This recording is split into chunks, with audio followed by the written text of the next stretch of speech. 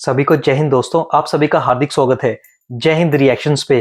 तो आज हम आपके लिए एक लेटेस्ट और एक मजेदार वीडियो लेकर आए हैं जिसमें आप देखेंगे जब पिछली डिबेट में भारत और प्रधानमंत्री मोदी की बात हो रही थी तो चीमा ने आरजू काज़मी को धमकी दी थी कि गोलियां आप तक भी पहुंचेंगी। तो इस वीडियो में आप देखेंगे आरजू काज़मी का अपने मजेदार अंदाज में चीमा को जबरदस्त जवाब, जिसमें ये दोनों बात करेंगे हमारे प्यारे और तगड़े देश भारत के बारे में। तो ये वीडियो काफी इंटरेस्टिंग होगी, आपको बहुत कुछ जानने को मिलेगा और मजा आएगा। और जो वो वीडियो थी वो भी हमारे चैनल पे पड़ी है, अगर आप लोगों ने नहीं देखी तो आप जाके उसे भी जरूर देखें, आपको बहुत मजा आएगा। तो चलिए पहले इस वीडियो को देखते हैं और अंत में इसके बारे में बात करेंगे।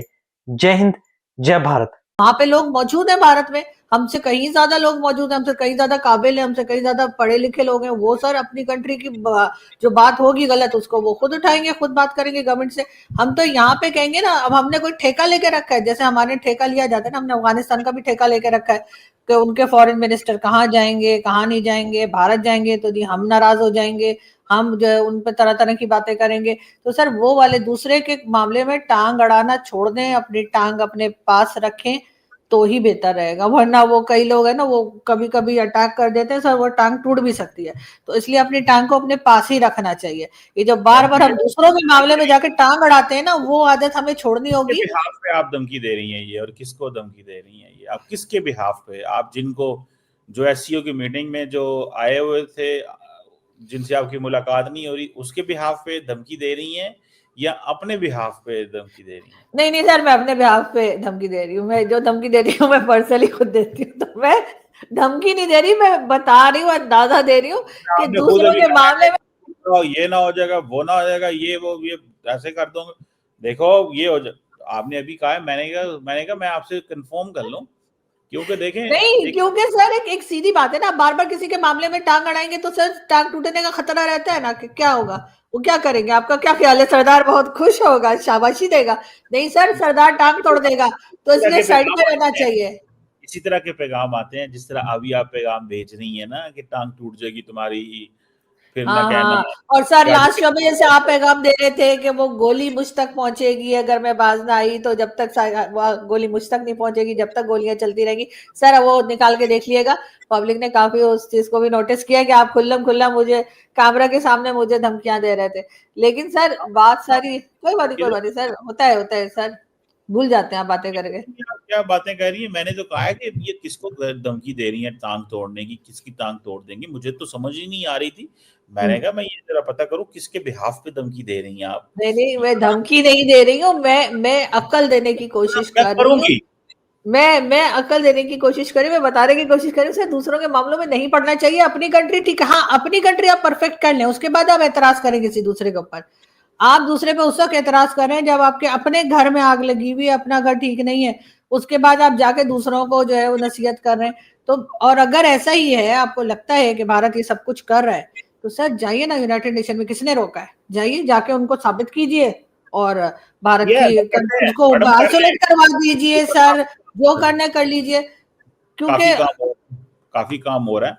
आप इंशाल्लाह आपको अच्छी खबरें मिलेंगी, आप परेशान ना हो। और जो जयशंकर साहब ने जो बात की है, देखें मिसाल के तौर पर इंडिया बहुत बड़ा मुल्क है, अपने आप को कहता है हम ग्लोबल साउथ के लीडर हैं। किसी ग्लोबल साउथ के इशू में इंडिया की जो कॉन्फ्लिक्ट रेजोल्यूशन की जो इनपुट होती है वो जीरो है। मिसाल के तौर पे ग्लोबल हेमिस्फीयर में देख लें, अभी मिडल ईस्ट में जो कुछ हो रहा था गजा के अंदर, इंडिया की क्या कंट्रीब्यूशन है? Zero contribution. कभी बोले तक नहीं वहां पे क्या करना है। जब भी बोले इजराइल के हक में बोले हैं, जो जेनोसाइड वहां पे होता रहा है, सारी दुनिया कह रही है। मतलब आपने भी तस्वीरें देखी होंगी गजा की, मैडम, कोई बियॉन्ड कॉम्प्रिहेंशन। जो भी कोई वहां पे जो जो ग्रुप क्या कर रहे थे मैं नहीं पता इस चीज का, लेकिन जिस अंदाज से वहां पे तबाही हुई है, इंडिया का वर्जन क्या है? इंडिया का था वी स्टैंड विद इजराइल, ठीक है ना। मतलब जो हमास ने किया, आपको पता है, हमने तो उसको कंडेम किया था पहले दिन से। ये मतलब उन्होंने क्यों ये स्टार्ट किया, क्यों मासूम लोगों को कत्ल हुआ, एंड देन 1500 बंदे मार के आपने 1 लाख बंदा मरवा लिया। कौन सी अकलमंदी है और क्या मतलब आपने किया? So the point here is कि इंडिया की कंट्रीब्यूशन जीरो है ग्लोबल साउथ के अंदर भी।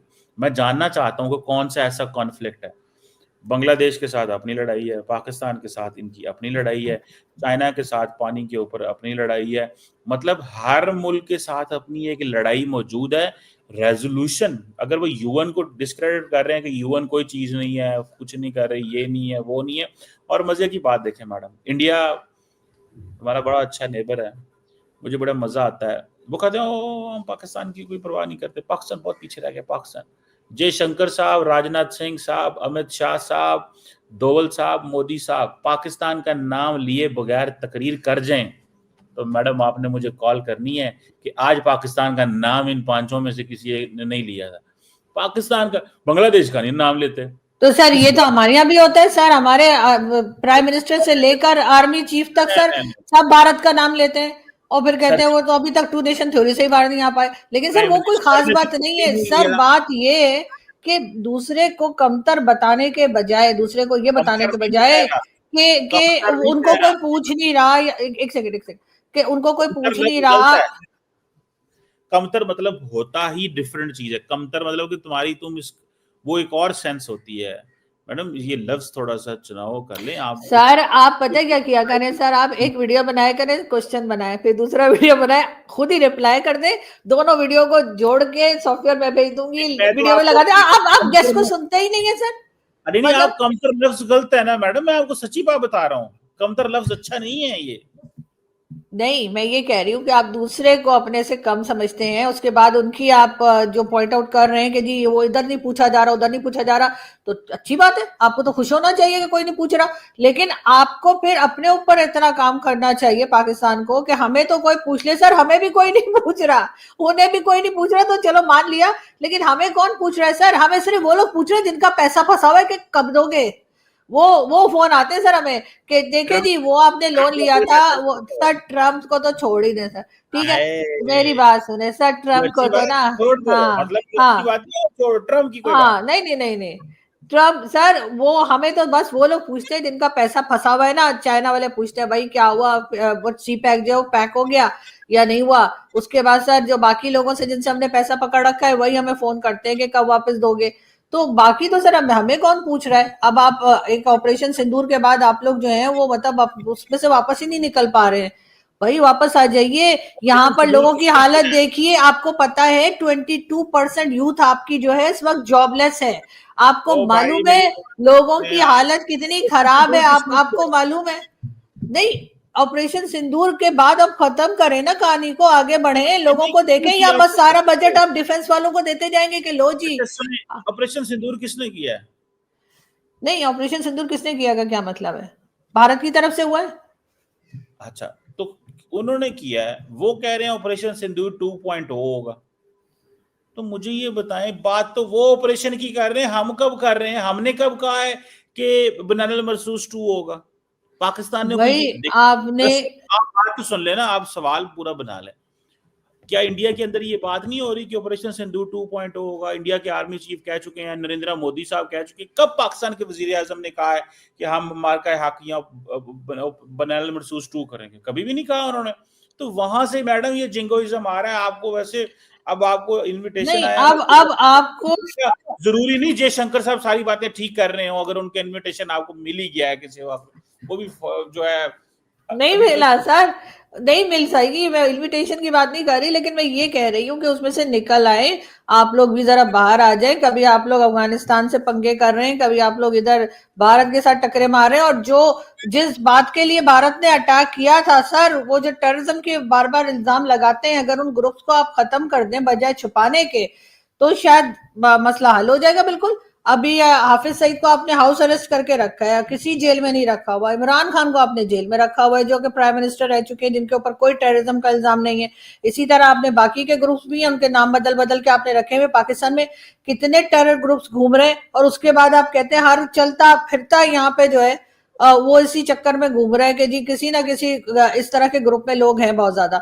और बजाय उस पर काम करने के, उनको अरेस्ट करने के, लोगों को आप और ज्यादा ये बता रहे हैं कि जी नहीं हमारे यहाँ तो कुछ है ही नहीं, भारत फंड कर रहा है। अगर भारत फंड कर रहा होता सर, तो पाकिस्तान में इतनी गुर्बत होती, पाकिस्तान के लोगों का ये हाल होता कोई जो इस वक्त हालत है पाकिस्तान की, आपको क्या लग रहा है कि भारत को और कोई दुनिया का काम नहीं, बैठ के बस पाकिस्तान में फंड करते रहे? यार सीधा सीधा फंड ले ले, मोदी जी से कहे भाई कश्मीर में या इस्लामाबाद में, लाहौर में, किसी जगह पैसे लगा दें सर, सीधे सीधे बात करें, उसके बाद पीछे फिरते रहेंगे अपना पैसा वापस लेने के लिए सारी जिंदगी। सर आप लोग भारत को इससे ज्यादा सजा या सबक नहीं सिखा पाएंगे, यकीन कीजिए। ये तो सर चलता रहता है, कभी उन्होंने अटैक कर दिया, कभी हमने अटैक कर दिया। असल बात ये है कि आप मोदी जी की जेब से पैसे निकलवा दें, आप उनसे कहें 2-3 billion dollar, 4 billion dollar Pakistan में लगा दें, उसके बाद देखें सर पूरी जिंदगी मोदी जी एक टांग पे आपके पीछे घूमते रहेंगे, पैसा वापस कर दो, आप गोल गोल घुमाते रहिएगा, मोदी जी उससे ज्यादा तो आप लोग कुछ नहीं कर सकेंगे।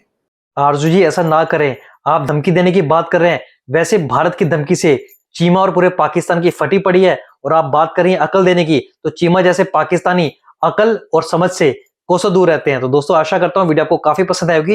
वीडियो अगर आपको अच्छी लगी तो इसे लाइक और शेयर जरूर करें, और अपने विचार हमें कमेंट सेक्शन में लिखकर जरूर बताएं। और इस वीडियो का फर्स्ट पार्ट ऑलरेडी हम आपके चैनल पर डाल चुके हैं, अगर आप लोगों ने वो नहीं देखा था आप जाके जरूर देखें, आपको वो भी बहुत पसंद आएगा। तो चलिए फिर मिलेंगे ऐसी किसी मजेदार, लेटेस्ट और इंटरेस्टिंग वीडियो में, तब तक अपना ध्यान रखिए। जय हिंद, जय भारत।